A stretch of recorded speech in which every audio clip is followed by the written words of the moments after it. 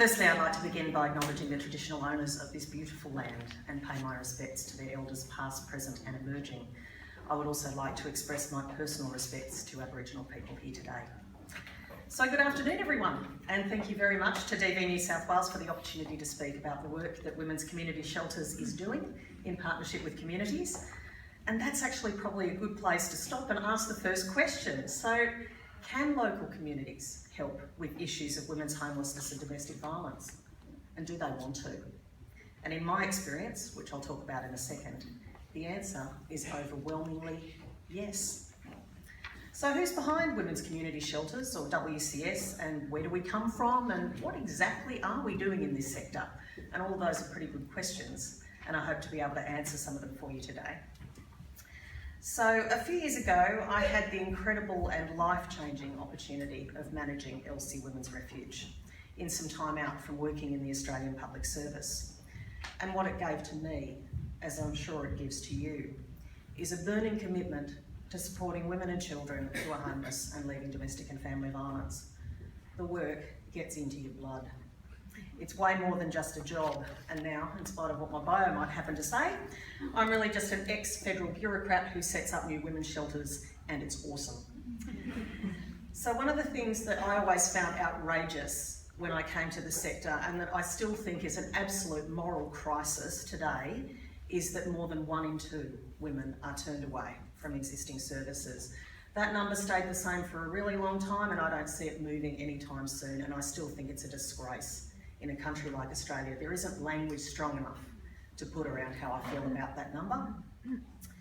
I've been the shelter manager who had to turn people away when we had no beds, and it hurts. It wasn't uncommon for me at Elsie to have 3 wonderful, caring women's workers carrying 3 separate clipboards and all lobbying for the woman that they had spoken to be the one who got the remaining bed available that night.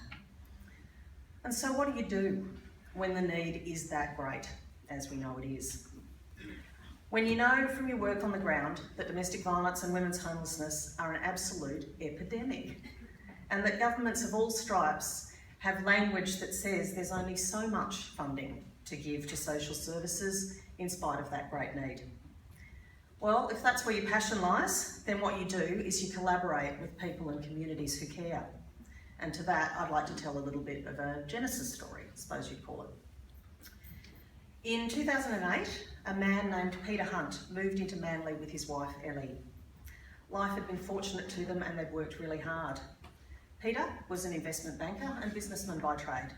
And shortly after they moved there, Ellie started volunteering at the Manly Community Centre, which has a long and proud history of serving the community on the ground.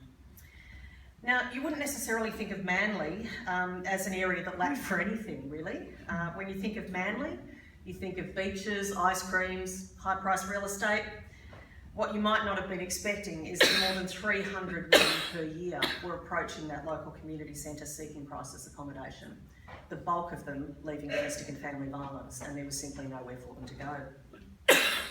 The community centre had wanted to set up a shelter for at least 15 years, and submissions to various levels of government had resulted in nothing. No funding, no recognition of local need. So as Ellie told it, one night she went home and said, "That's it, Peter, we're starting a women's shelter." So Peter and Ellie had established a private family foundation and started forging a plan with the community centre and a committed local group of services and interested individuals to go ahead and establish a women's shelter anyway, supported by the local community.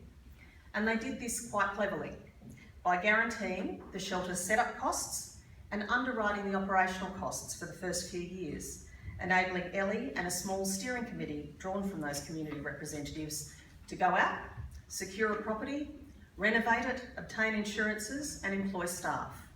They also put together a fundraising committee with a program of events to keep the funding rolling in throughout the year. What they created was a 10-bed shelter which accommodates up to 50 women per year, providing them with so much more than a bed.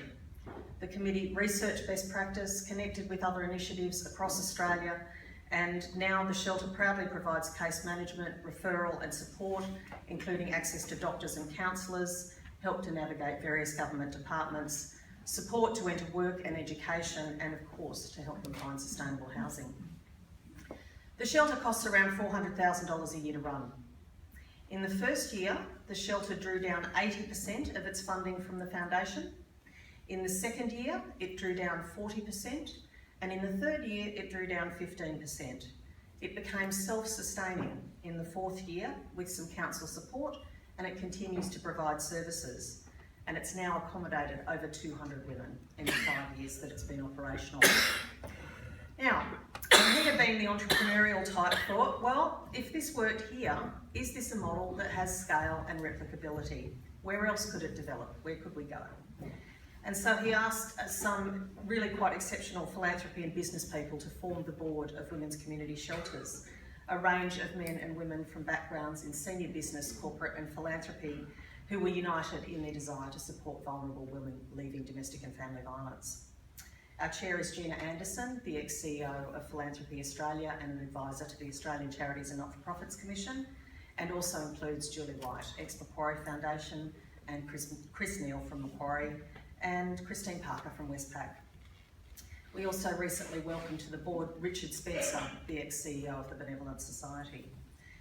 One of the board's first tasks in those early days was to gain a good understanding of the sector, because none of them had worked in it before. And so to that end, they consulted with the Peaks, which they did in 2011 and 2012. A landmark feasibility study conducted in 2012 provided the new board with a picture of existing sector across New South Wales as it then stood, and that included surveys of existing services as to what their strengths were, what their self-perceived weaknesses were, and where they could use some extra support, which we all know in this sector is really important. And at the end of that year, they sourced philanthropic funding to underwrite WCS operations, secured some federal government innovation funding for the frontline shelter development, and asked me to come on board as CEO. I started in early 2013 with a view to getting out there and finding those other communities who might have identified a local need for a shelter. Now, some of you might be familiar with the ancient Chinese blessing or curse, depending on how you look at it. May you live in interesting times. And of course, the moment that we embarked on the quest for the next shelter community almost exactly coincided with the biggest change in the sector in 30 years, the going home, staying home reforms. That aside, I pressed on regardless, armed with a phone, that was after 6 weeks, a computer, that was my own, and a grace and favour desk in the offices of the Big Issue in Redfern. I ventured forth into communities where I thought there might be people and groups interested in collaborating to start a shelter. Ellie helped me that first year, while also concentrating on her first love, the Manly Women's Shelter. Very sadly, she passed away in late 2013, a victim of a fast-moving cancer that felled her before our eyes. I feel her loss keenly and personally, and I see her work in establishing Manly as visionary, and I'm conscious every day of carrying her legacy forward. In looking for new communities to work with, one of the very first places that took my interest was Hornsby, Ku-Ring-Gai. There are a lot of similarities in Manly. A strong community focused on doing good things locally, a hospital, good transport links, mainstream and other specialist services, a homelessness task force that was supported by council, and most importantly, a pool of keen local people who I thought might be up for the big blue sky challenge of starting a women's shelter from scratch. After a few more hiccups, one man bravely put his hand up to be the chair of the initiative from the community side. He had experience in men's shelters and had been a community housing CEO previously. We pitched an ambitious idea of a community forum to the Hornsby and Ku-Ring-Gai councils and talked to every conceivable local group that we could think of over the space of 6 months. Rotary, Lions, Seroptimus, safety committees, police, schools, and anyone else who was interested. In fact, if more than 2 people met in that area in late 2013, I'm pretty sure John and I were there talking to them. In December 2013, we held that community forum and pitched the idea of a women's shelter, with WCS committing to fund half of the setup costs of the new shelter and underwriting up to 2/3 of the operating costs of the shelter for the first 2 years and 50% per annum after that. Over 100 people turned up to that forum, more people than there were seats. We asked for volunteers to become that community board who would be supported by WCS to work towards opening the shelter. Out of that night, around 8 brave souls put their hands up, and the work began in earnest to locate a property, sign a lease, renovate it, incorporate an organisation, get a licence to fundraise and charity status, and start turning this big dream into a tangible reality.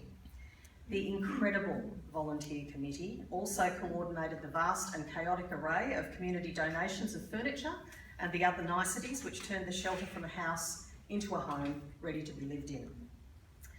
Starting a shelter is about so much more than just funding and the project management support to do it. What WCS also provides, and what I spent a great deal of time working on in parallel with the hard work of the volunteers at the shelter, was a set of policies and procedures that was best practice and compliant with current government protocols, compiling all of the forms and templates needed for shelter operations, as well as documenting a critical path towards shelter establishment and supporting the new board with fundraising ideas. We're also just about to implement a bespoke computer system which will gather really good data around all of our efforts, and I think, as many of you will be aware, data in this sector is an issue. With my background in shelter operations, mainstream services and family work, I felt comfortable supporting the community and working towards a really good new service. We employed a shelter manager with wonderful expertise from the sector, and I can't speak highly enough of the work that she and her team do. Staff are employed on a 24/7 roster to support the women. We have someone on the shelter premises all the time. And in February this year, after a great deal of hard work, we were very proud to open the Hornsby Ku-Ring-Gai Women's Shelter, which is a true partnership with the local community.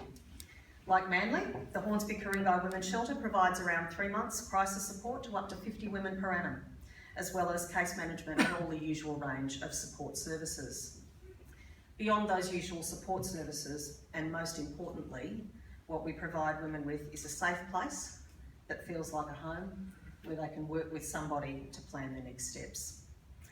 Since opening, Hornsby Ku-Ring-Gai Women's Shelter has supported 43 women. We were full after the first week.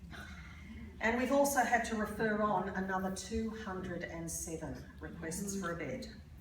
For every bed we have available, we have 5 requests for it, and that ratio has held true since the very beginning. And to me, that tells us a lot about the need out there.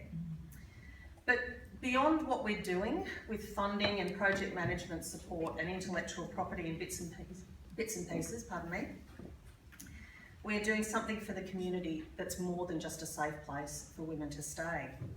We're building enthusiasm. We're building capacity for local communities to respond to domestic violence and women's homelessness. And we've mobilised goodwill on this issue that has brought tears to my eyes on more than one occasion. I've seen big buffy Rotary blokes who got involved just because they thought that this was a good thing to do in their local community and who've knocked together a few cabinets in the shelter premises, and who 18 months later have become sophisticated, educated and outspoken against domestic violence, and who are planning to take the White Ribbon Pledge this November. I've seen school kids from those privileged backgrounds set up stalls at markets selling clothes to donate money to the shelter. I've had private family foundations say, I don't want any publicity, but here's a couple of thousand in memory of my mother. She went through this. And I've had prominent women from the local community ring me privately and say, Annabelle, I could never admit this before, but I want to tell you that domestic abuse happened to me, and now I feel I can talk about it. To me, that's priceless. When you establish a shelter, you can empower a whole community to respond with genuine empathy. And it is that genuineness of spirit that wraps around the women who stay in the shelter, the knowledge that the people around them actually care what happens to them. And so, where are we now? Well, so far, WCS receives no funding at all from the New South Wales State Government. Our model premises collaborative or pooled funding for our shelters, some from government, some from philanthropy and business, and some from local community fundraising. WCS is still small, but we have 2 shelters under our umbrella. Manly just officially consolidated under our hub. WCS is just me, and my part-time assistant. But we have big plans, and by Christmas there will be two new shelters open in partnership with communities. The Great Lakes Women's Shelter in Foster Tuncurry on the mid-north coast, and the Sanctuary in the Hills District of Sydney. These shelters will accommodate up to 6 women, either with or without children, and we will also be very pleased to be providing specialist child support work in addition to case management offering. These are incredibly exciting plans, and each shelter will have its very own character and feel, because these services will be truly owned by their local communities.